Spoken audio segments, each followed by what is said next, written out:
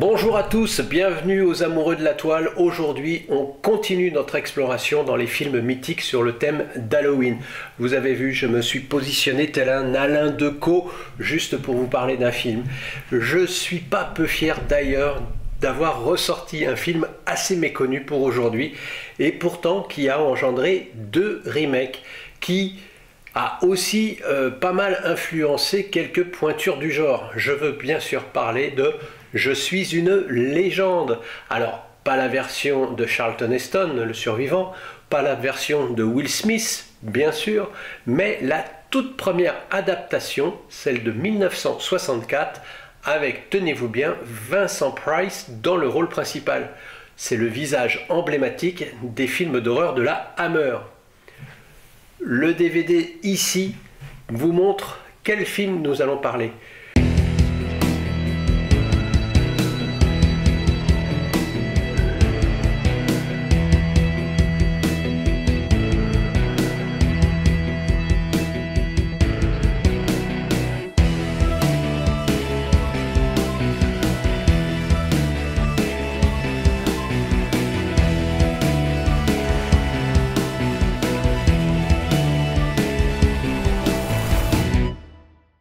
Tout commence avec le roman culte de Richard Matheson, publié en 1954, une histoire post-apocalyptique.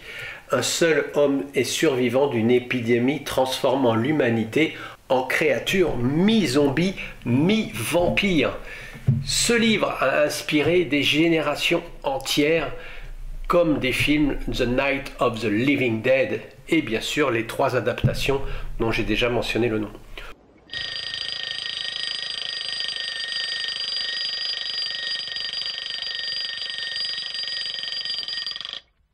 Tout commence à la fin des années 50, les studios de la Hammer, les rois de l'horreur britannique, je vous le rappelle, car nous n'avons jamais évoqué ce studio sur cette chaîne.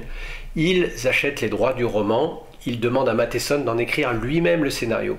Mais voilà, la censure britannique juge le film trop morbide, trop violent, trop désespéré. Résultat, la Hammer est obligée d'abandonner le projet. Les droits passent donc entre les mains du producteur américain, cette fois-ci, Robert Leeper, qui décide de faire le film, mais de le tourner à petit prix. Juste pour réduire les coûts, eh bien, il va s'associer avec l'Italie. Ce film devient donc une production italo-américaine. Au début, on évoque un grand nom pour la réalisation, Fritz Lang. Vous le connaissez si vous avez regardé la rétrospective du contrebandier de Moonflesh sur cette même chaîne. Si ce n'est pas fait, je vous invite à le faire. Fritz Lang décline et c'est finalement Sidney Chalaut. Alors, je ne le connaissais pas avant cette rétrospective. C'est un artisan honnête d'Hollywood qui est choisi donc pour co-réaliser le film avec l'équipe italienne. Et pour le réalisateur italien, ce sera Ubaldo Ragona. Oui, le monde m'appartient. Un monde vide, silencieux et mort.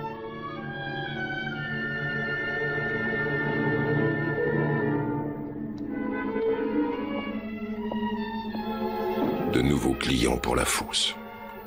Chaque jour, il y en a davantage. Les plus forts se nourrissent des plus faibles et les abandonnent à la fosse. Pour incarner donc le dernier homme sur Terre, Leeper engage un visage connu, Vincent Price. À ce moment-là, il est déjà une icône du cinéma d'horreur, connu pour ses rôles dans des adaptations d'Alan Edgar Poe, produits par Roger Corman. Si vous aimez les vampires élégants, les savants fous et les rires inquiétants, vous connaissez forcément Vincent Price. Nous n'en avons jamais parlé sur cette chaîne, nous n'en avons pas eu l'occasion. Aujourd'hui, c'est chose faite. C'est un acteur au regard perçant et à la diction impeccable qui a régné sur le cinéma d'horreur dans les années 50 jusqu'aux années 70.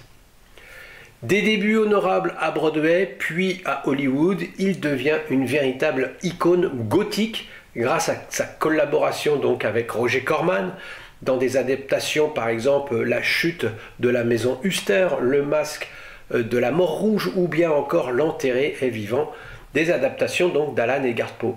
Bien sûr, en 1964, il va incarner le dernier homme sur Terre, un rôle qui joue avec une intensité tragique et un charme très, comment dire, vampirique.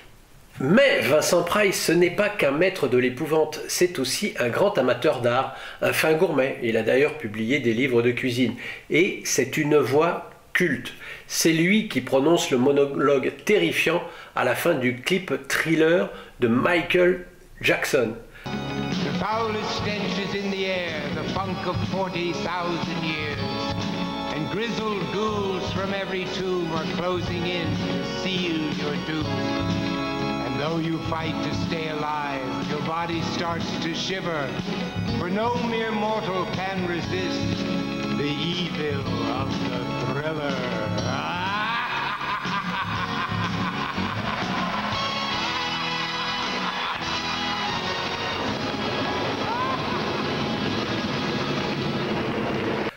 Anecdote croustillante, il adorait parodier son image dans les années 70.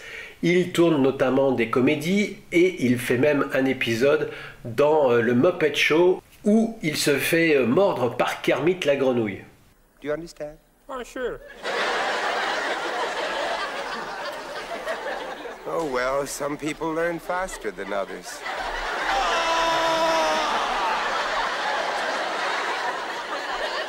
Son secret, toujours jouer l'horreur avec un petit sourire en coin, celui de quelqu'un qui sait que tout cela n'est qu'un jeu, mais un jeu délicieux. Si je devais, pour conclure sur cet acteur, décrire comment je peux l'imaginer, eh bien c'est le gentleman du macabre, l'homme qui a donné au mot terreur un accent de velours. Mais pour revenir au film, Matheson, lui, eh bien, il n'est pas trop fan de ce choix. Il trouvait que Price était trop théâtral, pas assez réaliste pour ce rôle de scientifique solitaire et brisé. Malgré tout, Price s'en sort très largement dans cette interprétation sobre, très humaine, et pour beaucoup, c'est même l'un de ses meilleurs rôles dramatiques.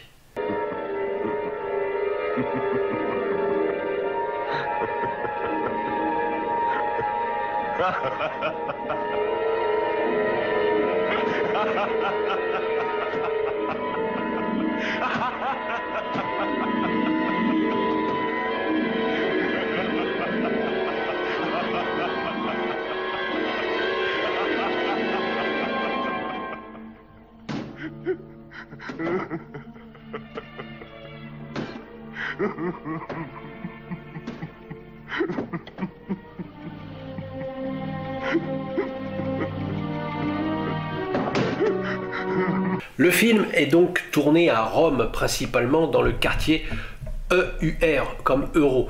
C'est-à-dire c'est un lieu assez moderne pour l'époque, un quartier tout neuf, aux grandes avenues désertes, parfois pour symboliser une ville vide après l'apocalypse. Les intérieurs, eux, ont été faits en studio, au studio de Titanus. Il y a notamment une scène où l'on voit Vincent Price dévaler une petite colline. Et derrière lui, on voit une espèce de château d'eau en forme de champignon. En tout cas, moi, je l'ai imaginé comme un champignon. On pourrait presque croire, comme le ferait le film La planète des singes, où Charlton Heston découvrait tout à la fin la Statue de la Liberté. Pour moi, c'est une métaphore avec la bombe nucléaire. Est-ce que ça a été fait exprès? Je ne pense pas. Ce champignon juste derrière Vincent Price. Et cette société qui a complètement été anéantie. Est-ce qu'il y a une corrélation avec la bombe nucléaire de ces années 60? Je ne sais pas. En tout cas, c'est mon interprétation. Petite particularité, le film a été tourné en son direct, c'est-à-dire que les acteurs italiens parlent souvent en donnant leurs répliques en anglais phonétique. Et tout a été doublé en post-production. C'est pour ça qu'on a parfois l'impression d'un peu un son décalé dans les dialogues. C'est typique d'ailleurs des coproductions italiennes des années 60. Dans ce film à petit budget, c'est dans une atmosphère désolée que Vincent Price livre une performance mémorable. Sa voix off chargée de mélancolie nous plonge dans la solitude écrasante du personnage. Le docteur Robert Morgan, ce choix narratif dicté par les contraintes du budget devient la plus grande force du film, au-delà des flashbacks qui nous ramènent un petit peu en arrière pour nous expliquer comment tout cela est venu petit à petit. Le budget était minuscule, environ 300 000 $. Un tout petit film, même pour l'époque. Et ça se voit un peu, il faut l'avouer, dans les décors ou dans les maquillages des figurants, mais la mise en scène, eh bien, elle reste assez efficace, même si Richard Matheson, déçu du résultat final, demandera à être crédité sous un pseudonyme Logan Swanson. C'est sa façon de dire « Ok, j'ai bossé dessus, mais je ne cautionne pas tout », sans pour autant perdre les droits d'auteur, bien sûr. Vincent Price, perfectionniste, a insisté pour que certaines scènes soient tournées avec des vraies figurations physiques plutôt que des mannequins, pour plus de réalisme, lorsqu'il traîne des cadavres dans sa voiture par exemple. À la sortie, en 1964, Je suis une légende ne fait pas un carton, au contraire, les critiques sont partagées, certains le trouvent lent, d'autres le trouvent brillant, mais dans l'ensemble, le film passe assez inaperçu. Je n'en avais jamais entendu parler avant de me rendre dans une petite boutique, et là je vous dévoile les petites coulisses. Donc j'étais à La Rochelle pour un petit week-end, et bien sûr quand je vais dans des petites villes comme ça, je regarde s'il n'y a pas des magasins de DVD, d'occasion ou autres, et là je tombe sur un petit spécialiste avec un super magasin, et donc je rentre dedans, et je voulais à ce moment-là Le Survivant avec Charlton Heston. Et puis quand son gérant m'a dit qu'il ne l'avait pas, mais qu'il avait bien mieux, qu'il avait le tout premier film, l'original avec Vincent Price, quelle ne fut pas ma surprise et mon intérêt soudain pour ce film complètement méconnu. On a toujours des surprises dans le cinéma, et c'est ça qui pourrait faire le bonheur d'un cinéphile. Il est d'ailleurs temps pour moi, et là je prends un ton solennel, de vous rappeler que vous êtes toujours en train de me regarder, et donc à ce moment-là, eh bien, il ne faut plus hésiter, il faut franchir le pas, il faut vous abonner, si ce n'est pas déjà fait, bien sûr. Sinon, vous me laissez un petit like ou un commentaire.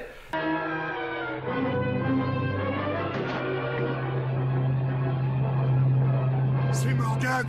Attrapez-le!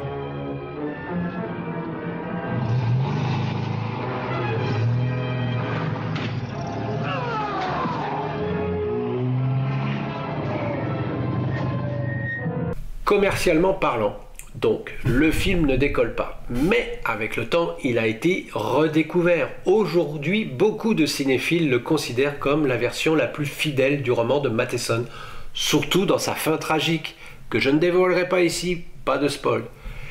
Et sa vision du monde, vidée de toute vie. Tout cela a clairement influencé George Romero pour son film La Nuit des Morts Vivants.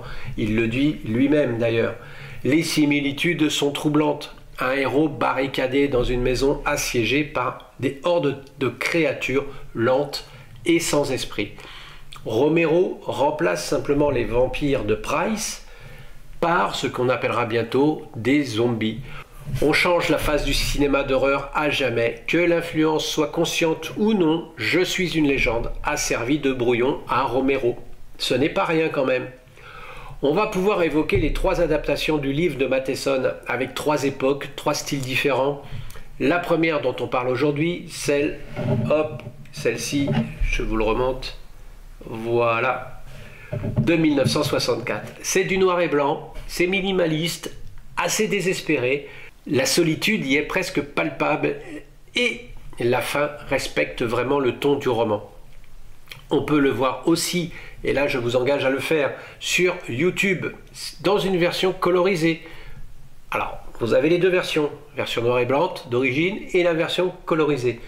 Aujourd'hui, ce film est tombé dans le domaine public à cause d'une erreur administrative. C'est pour ça qu'on peut le retrouver facilement sur YouTube.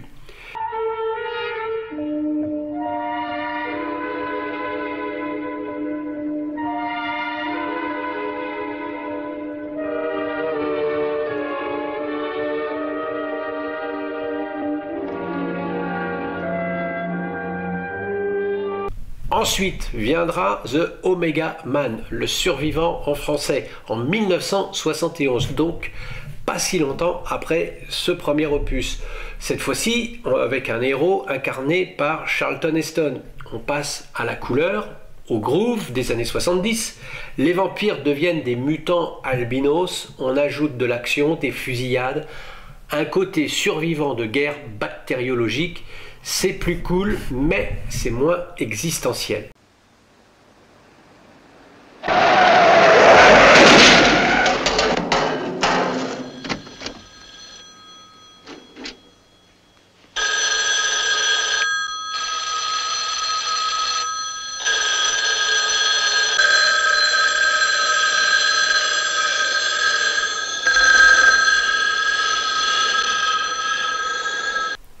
Et la dernière adaptation que vous devez tous connaître, j'imagine, c'est Je suis une légende en 2007 avec Will Smith. Là, on est complètement dans le blockbuster, gros budget, effets spéciaux, émotions fortes et un chien qui a fait pleurer tout le monde.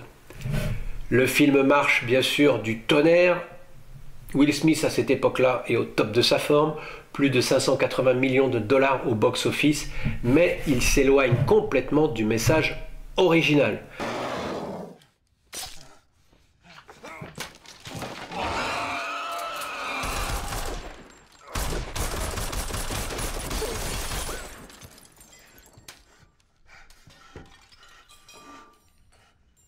Donc en résumé, on a une version de 1964 qui est plus fidèle et plus mélancolique.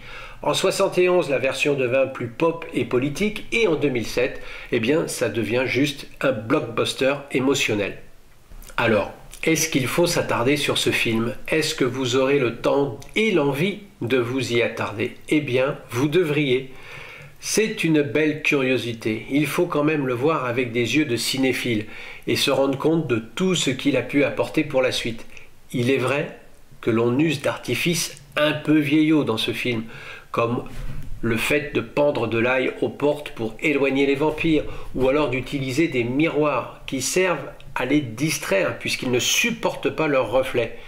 Et puis, il y a aussi le seul moyen de les tuer en leur plantant un pieu dans le cœur. Tout cela, ben, ça fait bien cheap, ou en tout cas, c'est assez bizarre, on va dire, dans ce film post-apocalyptique. Il faut vraiment le dire, mais il faut aussi aller au-delà de ça, voir comment cette histoire va traduire la survie, comment l'humanité va réagir. Va-t-elle succomber à ses instincts primaires? C'est une rareté qu'il ne faut pas négliger. Ce film n'a pas eu le succès qu'il méritait à sa sortie, mais c'est lui qui a posé les bases de tout ce qui viendra après. Les remakes, les films de zombies et cette fascination pour l'homme face à la fin du monde.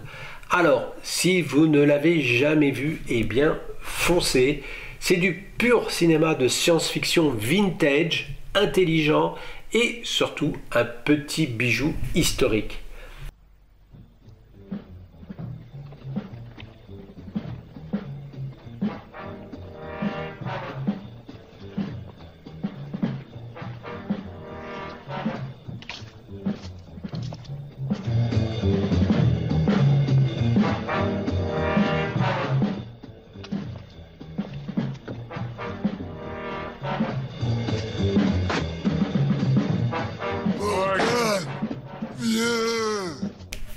Je profite de cette petite vidéo car je voudrais remercier quelques personnes de ma communauté qui me suivent fidèlement et qui me laissent surtout des commentaires que j'ai toujours plaisir à lire. H, Bernard, Dominique, Eric, Alain et tant d'autres. Désolé si j'en oublie quelques-uns, mais ceux-là font partie des plus fidèles. Vous êtes donc ici et je vous en remercie. C'est comme ça que je trouve cette motivation à continuer cette chaîne sur ces vieux films américains ou des petites perles comme aujourd'hui. C'est vous qui me donnez la force de continuer cette chaîne.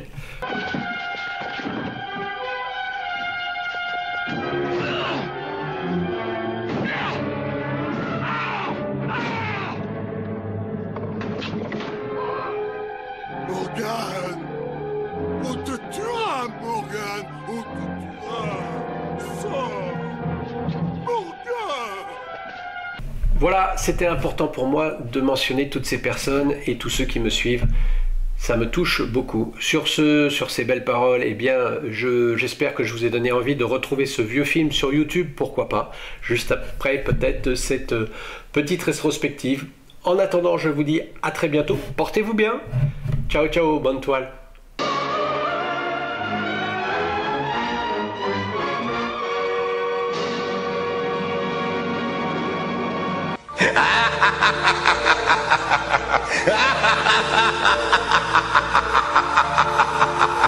Ha ha ha ha!